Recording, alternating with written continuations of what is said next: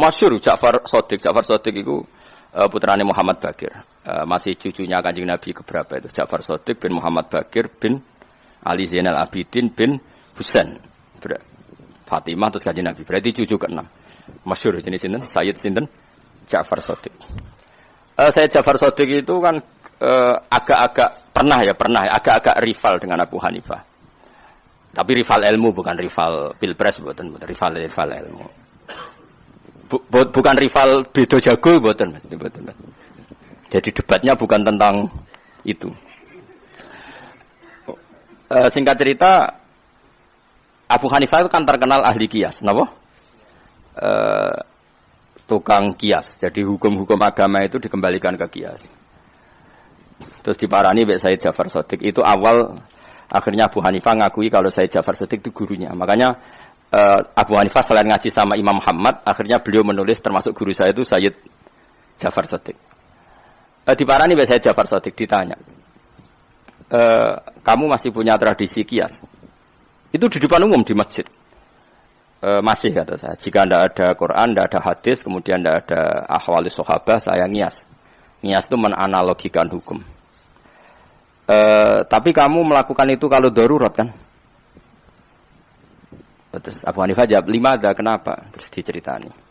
I'lam anna awalaman kosa iblis. Pertama yang dengan logika kias adalah iblis. Iblis itu cara berpikir adalah tanah dengan api itu unggul api. Karena tanah bisa dibakar api. Pokoknya dia cara berpikir itu dengan logika. Sehingga dengan berpikir itu dia tersesat. Maka hentikan kias Anda. Tapi kata Abu Hanifah, saya harus mengkiaskan.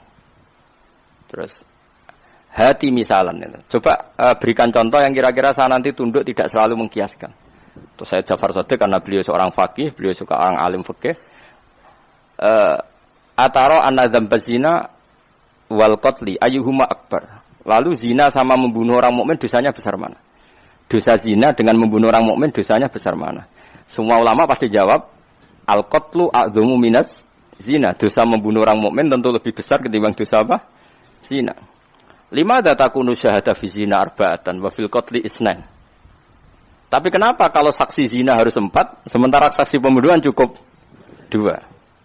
Harusnya kalau zina sama qatlul mukmin itu tinggi qatlul mukmin, saksi qatlul mukmin harus lebih banyak.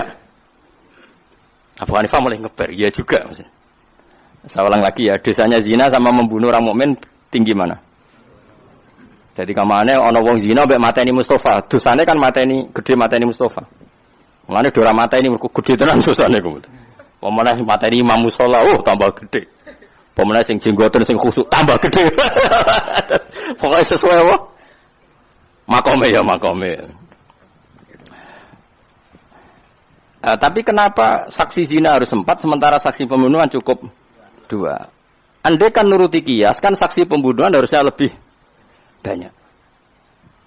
Abu Hanifah mulai ngeper terus.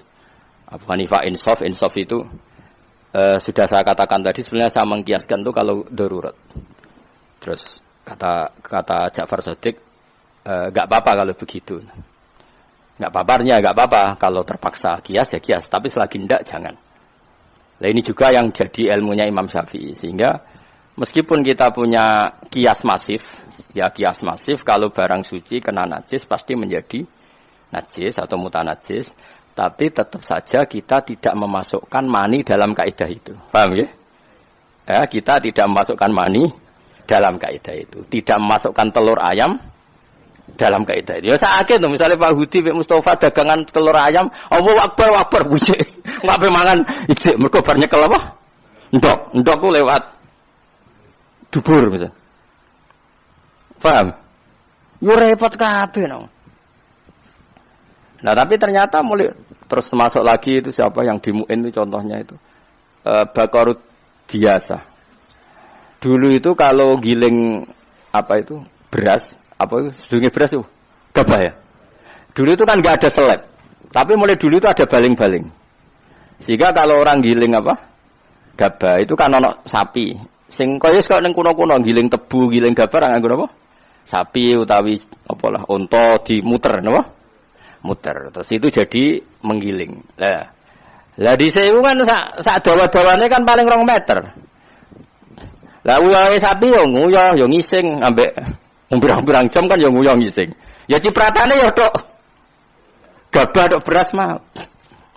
Iku nek gone muen diceritakno. Lah singkat cerita ana kiai kok Mustofa ni sok khusyuk ngene iki terus takok.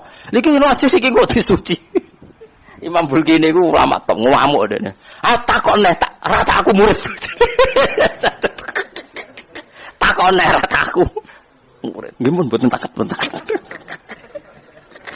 Arep ulama-ulama sing bergiling ta ya tenang ae bar mulai dipangkul ya santai bar iku wae salat ya. Salat wae masak ya ora dicuci ya biasa wae. Ya ora darani suci, ya ora darani.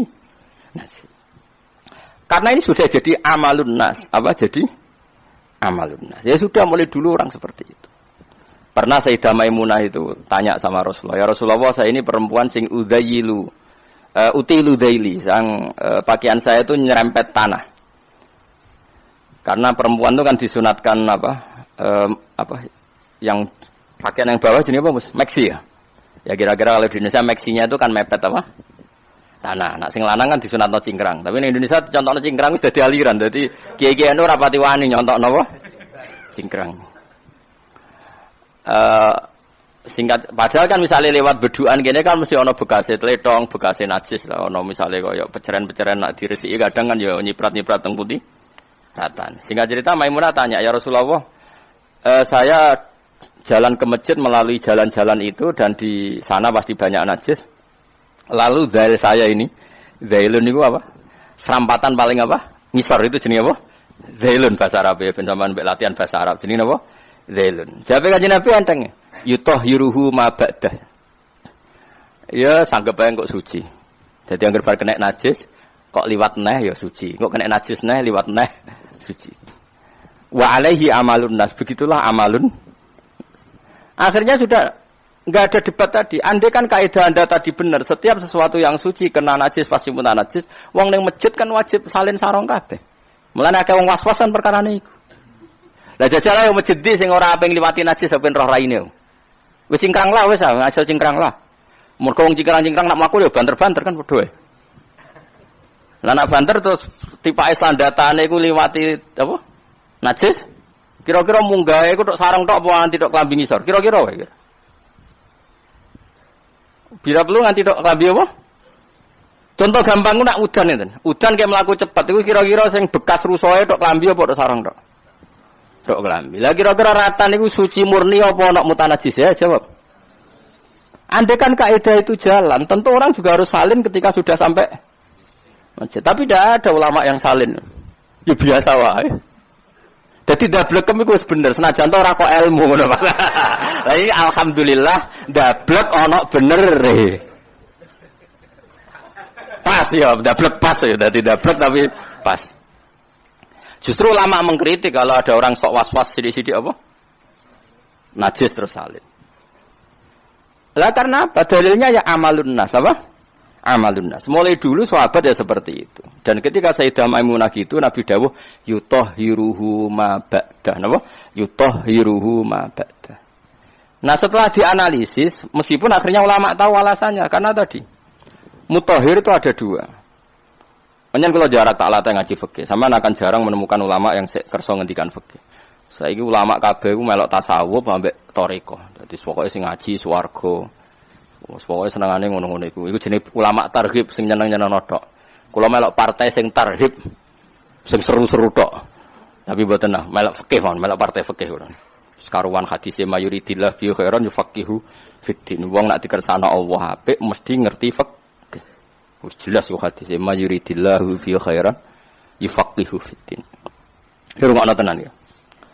Ini contoh kias. Mutahhir, sesuatu yang mensucikan itu kan ada dua. Satu air, dua turab. Ya kan? Sehingga untuk najis yang berat harus ada kombinasi air dan turab. Yaitu najasatul kalbi wal khinzir. Karena najisnya berat, maka ada dua kombinasi kekuatan mensucikan. Yaitu air dan turab.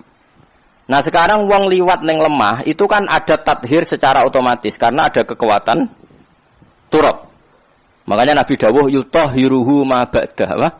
yutahhiruhu ma ba'da. Dia akan tersucikan oleh akumulasi turab yang seperti itu tadi. Sudah itu satu. Lah Abu Hanifah karena tadi saya ulang lagi, Abu Hanifah itu percaya kias. Saking percaya kiasnya, dia menambahkan alat sesuci ketiga adalah nar, api. Mergo wong mukmin nak dosane akeh kan diobong ning neraka. Alasane apa ning hadis-hadis? Mensucikan. Dadi nak wudu ora entuk lemah, ora entuk turah. Iku disoder ya ora ngono maksudnya. Ora ngono contone ora ngono. Oh iku ya haram doror jeneng bahaya iku. Ndak ceritanya Abu Hanifah itu berdebat itu bukan karena itu. Ojo maksudnya ngawur terus gede. Abu Hanifah itu berdebat ceritanya gini, kayak wong biduan ta wong narukan wong duwe lah. Nak gawe boto itu kira-kira iku ngindari tanah sing ana tletonge to ora? Jawab wis. Enggak kan? Wong kono ayo jawab ayo sing jujur bocah ngaji ora jujur. Sing tukang gawe boto, terus ngerti ana tletong pirang-pirang ning kono tetep digawe apa diresiki? Sangke jare. Pengacara kok ngene. Repot. Biasanya rapati wedi pengeran menjen pengacara. Tapi dia ngaji ya rodok wedi. Tapi ya rodok ngono ae. Nah, itu dulu ada orang-orang Syafi'i yang terlalu fanatik sehingga sampai itu Gemis Pak, kalau bangun masjid itu sampai kalau di Mu'in itu kan bangun masjid kalau pakai apa? Batu bata. Itu kan enggak boleh karena di antara materinya itu pakai apa? Najis. Itu tletong dan sebagainya. Itu orang-orang Syafi'iyah sendiri dalam bab ini dong ikuti rodok-rodok mazhab Abu Hanifah. Karena batu bata itu mengalami proses taskhin apa? Taskhin dibakar dengan api. Sehingga otomatis suci karena mengalami proses takdir yaitu apa? Dibakar. Karena cara Abu Hanifah termasuk alat pensucian adalah api. Berarti sudah tadi kan mak, turab, api. Tapi aja gue wudu loh ya. Maksudnya gue contoh batu bata, gue contoh apa? Wudu. Ngono wong kangelan tayamum, kangelan banyu terus. Wudune mbok. Aja ora ngono maksudnya. Ini pentingnya mazhab. Sehingga akhirnya kita pakai keramik, pakai bata, pakai apa? Misalnya besi-besi itu kan dulu produknya emas, itu kan mesti lewat apa? Penyepuan apa? Api, pembakaran api. Nah, itu cara Abu Hanifah otomatis jadi apa? Suci. Ini pentingnya madzhabul arba. Sehingga orang-orang Syafi'iyah sendiri kalau pakai apa? Batu bata ya tenang wae. Lah kowe wis tenang tanpa roh ngaji iki lah ya karo gak hebat tuh. Wong kok bener sedurunge roh ilmune iku nek ora ditakdir wong saleh ra iso ya. Lha wong roh ilmune kok wis sarahku kak sampean anggo boto tenang toh? Tenang. Wis roh ngaji iki. Dereng. Lha iku wis berarti jubiltum alal khair. Berarti kamu sudah diwatakkan selalu apa? Baik, selalu benar. Luar biasa. Luar biasa bejane maksudnya.